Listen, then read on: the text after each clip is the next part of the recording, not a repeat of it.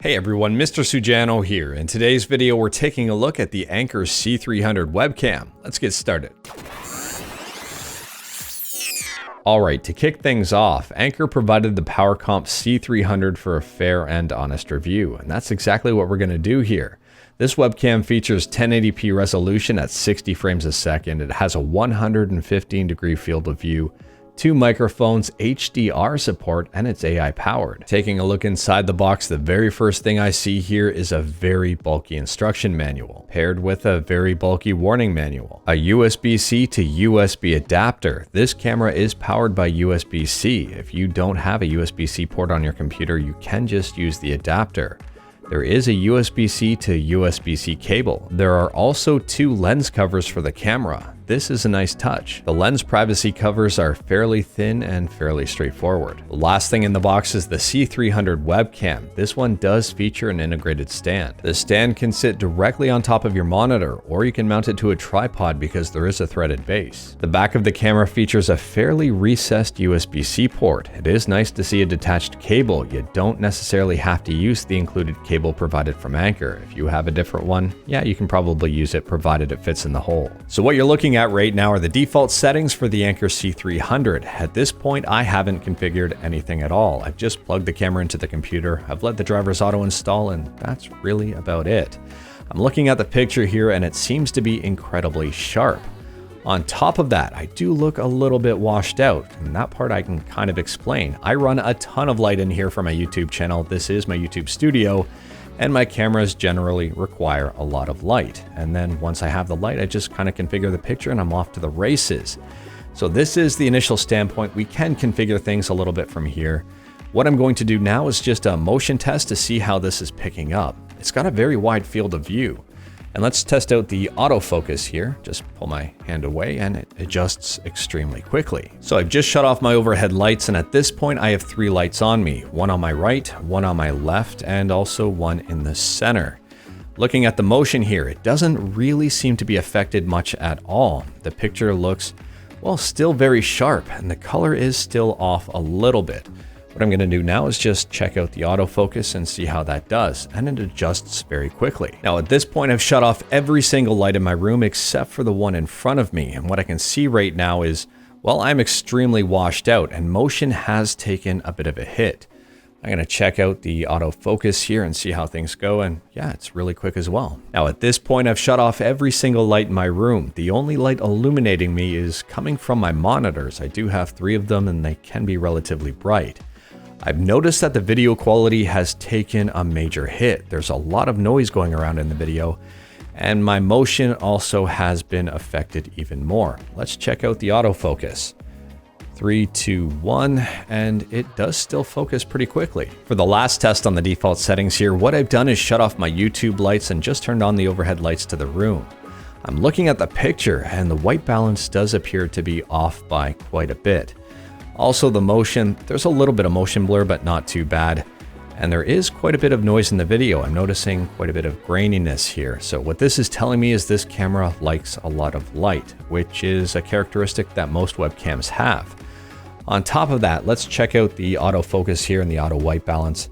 I'm going to assume it's going to adjust pretty quickly, and yes it does, and that's one really big plus about this camera. Now to really unlock the power of this webcam, I'm going to download and install the official software. I'll leave a link to their site in the description below.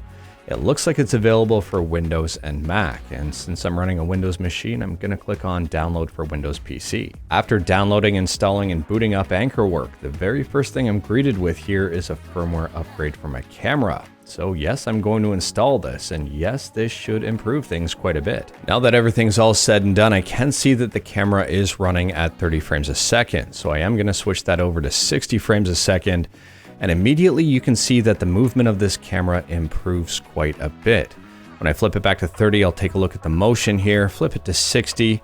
You can see there should be a lot less ghosting, and the motion on this, the clarity should be a heck of a lot better. And I can see it is running at 1080p, that is good. Fixed angle, 78, 90, and 115. So it's running at 90 right now. Let's take a look at 115. So it zooms out even further. This is a huge viewing angle. This is really nice. Let's move to 78 here and see how that looks. That zooms in a little bit too much for my liking. 90 here is nice, and 115 seems to be, I don't know if this is necessarily a sweet spot or not, but to me this looks really nice, and there's no real fisheye effect going on, which is a big plus. And a couple of other options here that might be important. First and foremost, HDR. Yes, absolutely, I want to turn this on. But I notice as soon as I turn HDR on, it goes to 30 frames a second. So I can notice that the quality of the picture has improved, but the frame rate has dropped. And if I turn on anti-flicker here, it's not really, well, it did a little bit. It brightened things up in the background by the looks of it. It did do a little bit of difference here with the lights. As soon as I bump this up to 60 frames a second, HDR does turn off, anti-flicker stays on. That's a little bit of a bummer. So I wouldn't have minded seeing HDR at 60 frames a second. If I want HDR, I have to reduce the frame rate here to 30. Let me know in the comments below what your thoughts are about the default picture at 30 and 60 frames a second, which with HDR on and also with HDR off. Now let's check out the flexible angle. So I'll press the question mark here. It'll tell me exactly what the flexible angle is. There's auto frame and solo frame. So since I'm the only person in this video, I'm gonna select solo frame and see how it follows me around. As soon as I do that, it zooms right in on me. I'll go to the, which way should I go? I'll go this way. And the camera does follow me around. So that's a pretty cool feature. So what it does is it zooms in on you. If you move around, as long as you're in the field of view here, the camera will zoom in on you. I noticed that the camera doesn't move around at all on its stand. It's not on a gimbal or anything. There's nothing motorized here. So this is all done digitally. Now let's go into the image settings here and see what we can change. We'll try out two different scenarios. One with just these overhead lights on, and the second one with all of my YouTube lights on. From a brightness standpoint, I think it's okay.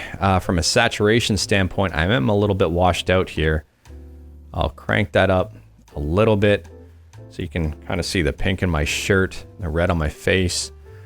That looks relatively okay. These are just rough settings, but I can notice that I don't look as washed out. The contrast here, whoa, that really brightens things up. Is this kind of, that seems more correct to what's in the room. If I want to sharpen things up, that's a little bit, okay, we'll just keep that at 50. I think any more than that and it's not too nice at all. Brightness here, we'll try that, see if that helps increasing the gain. It does wash things out quite a bit. But what I am noticing here, if you are relatively inexperienced with changing camera settings around, these are pretty simple and straightforward, and you can adjust them to give yourself a pretty good picture with very minimal effort, and that is a big plus.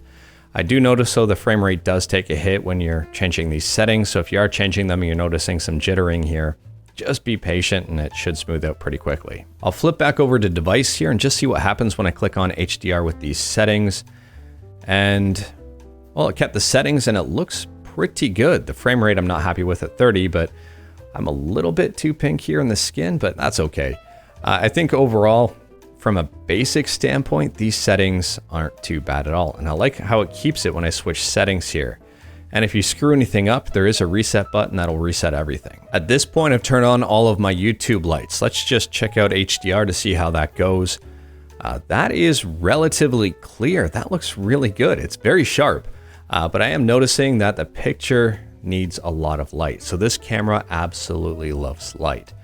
So I'll take HDR off here, put back on 60 frames a second. Go into the image here and see if we can help this out. So this looks like the best I can do with the image settings here. I don't necessarily know how it's going to look on your screen or on my phone. Every single monitor picture generally looks different.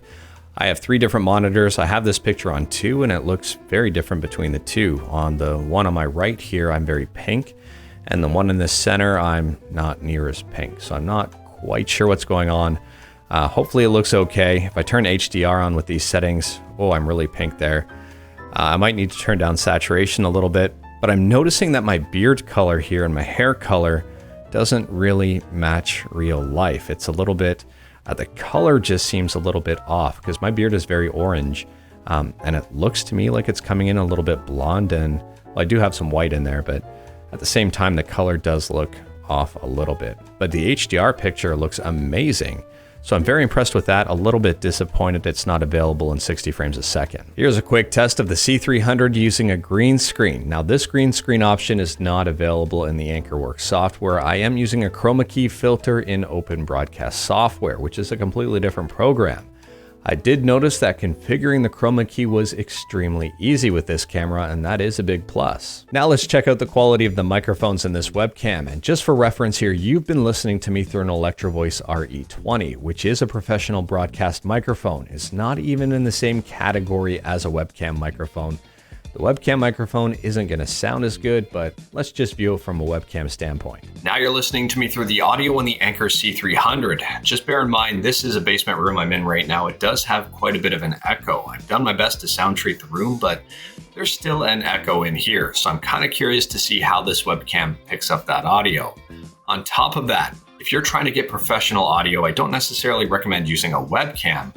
But if you're just using a webcam for the video and audio features of it, well, this is what you're gonna get. Now let's go over what I liked, what I didn't like, and whether or not I'd recommend the Anker C300. And we'll start out here with what I liked. First and foremost, I like the field of view on this, and I love the fact that it doesn't really fisheye. Some other web cameras out there, they'll advertise a big field of view, but it does start to fisheye around the edges.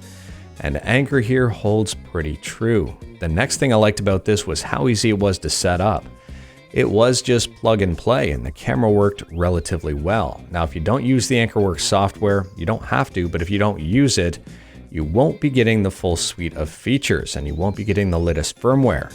I also really liked how easy it was to install the firmware. As soon as I opened up AnkerWorks, it asked me to install the firmware. I said yes, and it automatically installed, and that's also a big plus. Now, the second last thing I like about this camera is how quickly everything adjusts. If you take a look here, it'll focus on my phone pretty quickly. I'll pull my phone away, and it almost immediately focuses back on me. The camera's not really hesitating, it's not really thinking. It just kind of seems to know what to do, and it does it. The last thing I like about this camera, some people might not actually like this part, but I like how clear the camera is and how sharp it is. My other cameras aren't near this sharp. You can almost see individual beard hairs here, and I find that very impressive. Again, some people might not actually like that feature. Some people might like a softer image. This image is very sharp. But at the same time here, you can configure things and maybe try to dull it down a little bit. Now, moving on to things I don't like about this camera. The first thing here, this is a problem of a lot of different web cameras out there, but I don't like how much light is required for this thing to give a real clear picture. As soon as I start turning off lights, the picture does suffer. Some noise is introduced, the frame rate starts to struggle a little bit, and overall quality of picture seems to be lost. Now, if you like this quality, then that's absolutely fine. It's not a big deal. But for me, I do notice that this camera struggles without a light source directly behind it. So my recommendation here, if you do have this camera, throw a light bulb just behind the camera, not in front of it, not where it's going to interrupt your picture, just behind it to cast light at you and to help out the camera a little bit. And that moves into the second thing I don't like about this, and that's the color temperature. So the color temperature just seems a little off. I'm noticing that my beard isn't as orange as it normally is in this video here. I can try changing my lights a little bit to help out, but it's not helping out to the degree that I would like. If there was a setting to maybe warm up the colors a little bit, that would be preferable.